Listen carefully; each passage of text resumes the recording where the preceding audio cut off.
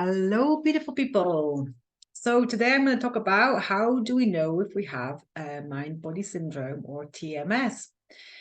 It's a good question, and obviously I do a very important and thorough check with anybody who's coming to work with me to make sure that this is truly TMS or mind-body syndrome.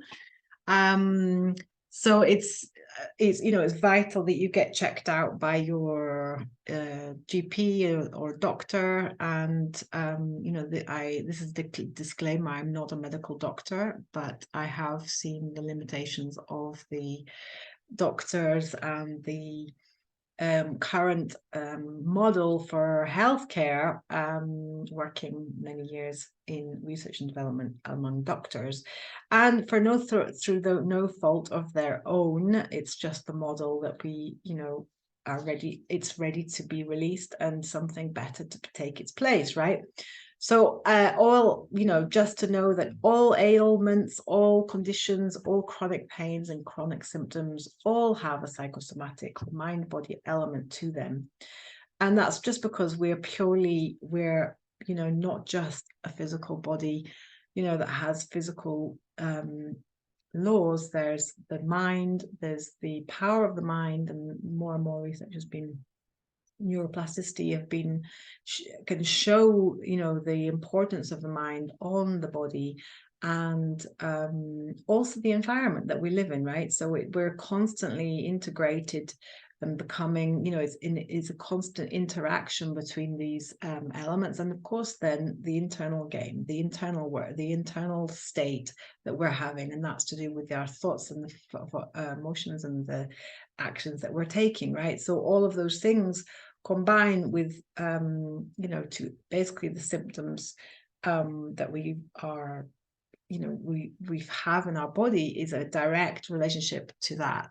And so everything has a mind-body element to it, regardless of not if you've been if you've gone down the normal route and been diagnosed with something.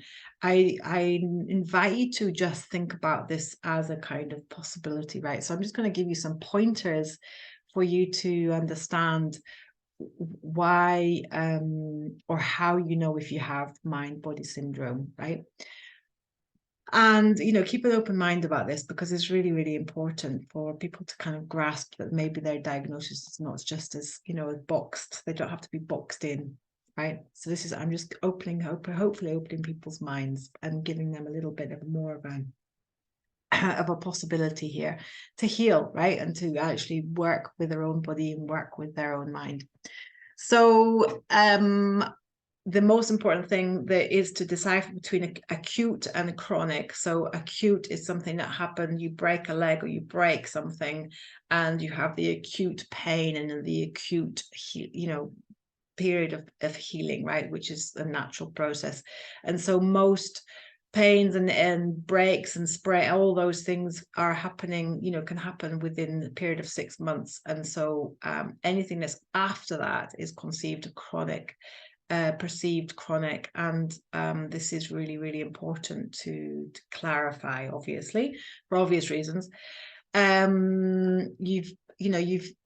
lot of people come to me working with me because they've been actually checked by the medical, they've had medical doctors check them multiple times, and nothing has been in yet. Symptoms of pain and stuff, and pain symptoms and various symptoms still remain. This is the medical unexplained symptoms, which is actually, I think about in the UK is now, or the NHS is now at 70% of all doctors' appointments result in medically explained symptoms, and basically they had very little help after that. So that's obviously another pointer or a red light in the red flag for TMS. Moving pains. So for example, I had a lot of moving pains. I had pains in one finger, and the next day it was another finger, or my arm, and then then it was lower down, and in my back and my right side or my left side. I mean, it was just it was a kind of moving game. So if you have moving pains or changing locations, that's a very good sign, obviously, that it's not structural and more psychosomatic. So, you know, and I'm going to go into a little bit more detail on structure and psychosomatic another time, because we're still in this medical model, you know, boxed in with structure and symptoms. And so, you know, I'd like to kind of just break that open at some point as well. Lots of different multiple symptoms or conditions. For example, you know, I had, you know, various different, I had acid reflux, I had various other, you know, was diagnosed with fibromyalgia. Apart from my chronic pains that I had in my body, I had endometriosis, I had various other, you know, period pains, or very, and you know, intense hormonal changes, and you know, all sorts of things. So when you have multiple symptoms and conditions, it's, you know, likely that there is kind of unbalance and disharmony in your body, right? So just, you know, and tracking your history, so noticing, you know, tracking your history and writing down, when did this symptom start, and when did this disorder start, or this condition, and tying it in with, you know, or kind of seeing that maybe it was triggered by a death of a loved one, or a divorce, or even childbirth, or a traumatic event of some sort, you know, moving, changing jobs, things like that. So, you know, you can often see in that is a good sign that it is mind-body syndrome in origin, because, you know, obviously the emotional aspects, the stress, the excess stress in the body can trigger, again, the body to show us that there is a problem and that we need to be rectified, right? So it's again about getting to the wisdom of the pain, the symptom. And also, yeah, if there's certain things, for example, the intensity, or does the intensity of the pain change depending on your emotional state? Like if you are, you know, feeling scared, or you're feeling you know, like stressed, or you know, are you feeling certain periods of your day, does the intensity of the pain increase or decrease, right? That obviously makes sense why there's a connection there. And there are certain triggers cause certain symptoms or make certain things worse. That's another kind of red light.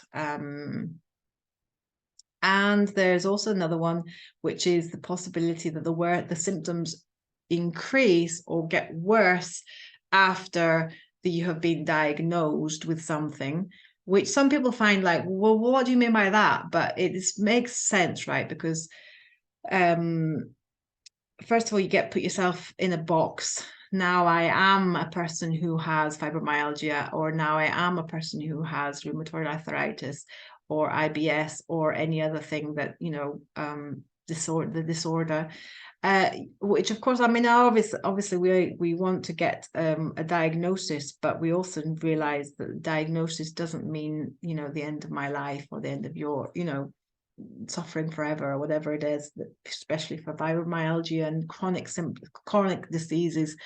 This is a really important thing to understand, that you know, we have to think outside the box, right? We have to get ourselves out. And also the fact is that when we get diagnosed with something, we often have now that nocebo effect working, which is the opposite to the placebo effect, which is of course scientifically proven in every clinical trial. We have also what's called the nocebo effect, which is the opposite of that. So once you think that you are you know, something is going to get worse, something will get worse, the thing will get worse. So, you know, the doctor tells you you know, this is a lifelong condition, or whatever it is, you know. So the power of the mind and the power of the beliefs that we have are being given to us. The beliefs have been given us by a medical doctor, sometimes can actually make the thing worse. So just be aware of that. And also scans, for example, MRIs. You know, I had various different structural problems in my back, and they were, you know, attributed to the pain.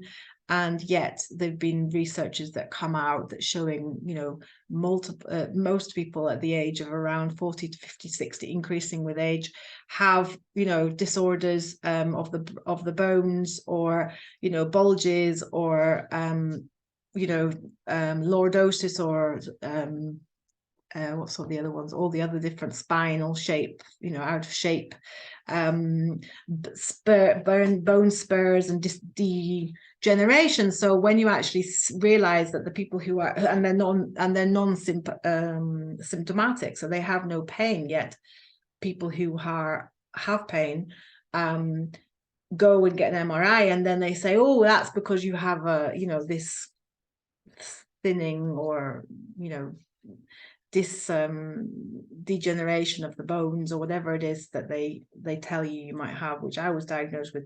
So they might get worse. Your symptoms might get worse after you get a diagnosis from the doctor, or a scan. Because why? Because now you have the nocebo effect working. You have the scan in your brain, and you can see the scan, you know, the picture, and so you have now even have a picture to work on. And this is very powerful for the brain, and I'll explain why this is powerful another time, but once on another video.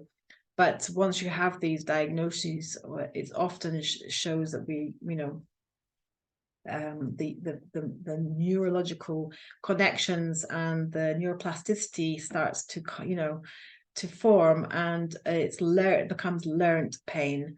And this is, you know, really, really important. Okay. So, and there's lots of different certain types of personalities, or personas that people have, that, you know, have been kind of correlated with TMS. So I'm going to go into that in another video, just to try and keep this one short. So I hope that's helped. You can go to the what's it called, the website for PSD website. I'll put the link underneath. It's the Psychosomatic Disorders website that has a very, very nice questionnaire that you can actually go and start going through and asking, you know, you're answering the questions and finding out if you do have TMS or not, Mindbody Syndrome. Or you can DM me, because I also have a questionnaire that I you know, get my clients to do before they start to work with me. So I am 100% sure that it's TMS, and obviously we have to, you know, be very careful there, right? So please, you know, DM me for that, or go to the website, and there's a questionnaire there, so you can actually really go into in depth and look into your history, and take responsibility for your own health. I mean, it's just, you know, we've got to this day and age, and this, you know, unfortunately, we have put our hands in the, you know, our health and laps of the medical establishments. And unfortunately, I personally don't have, or have very little faith and trust in them. And, you know, I think that people should start to consider that it's not, their health is not their prime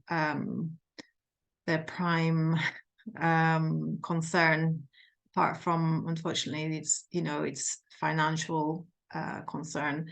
So you know, I think it's time that people start standing up and making a real, you know, decision for themselves about their health. And like I said before, take responsibility, knowing that the physical, mental, and emotional habits that they have done until now have created the results in their body. And so it's really, really vital that we start to kind of realize, you know, okay, what can we do? You know, let's not be a victim of our conditions. Let's get, you know, busy. Let's get excited. Let's get, you know, find solutions, right? So with that, I will love you and leave you, and I'll see you again tomorrow. Bye for now.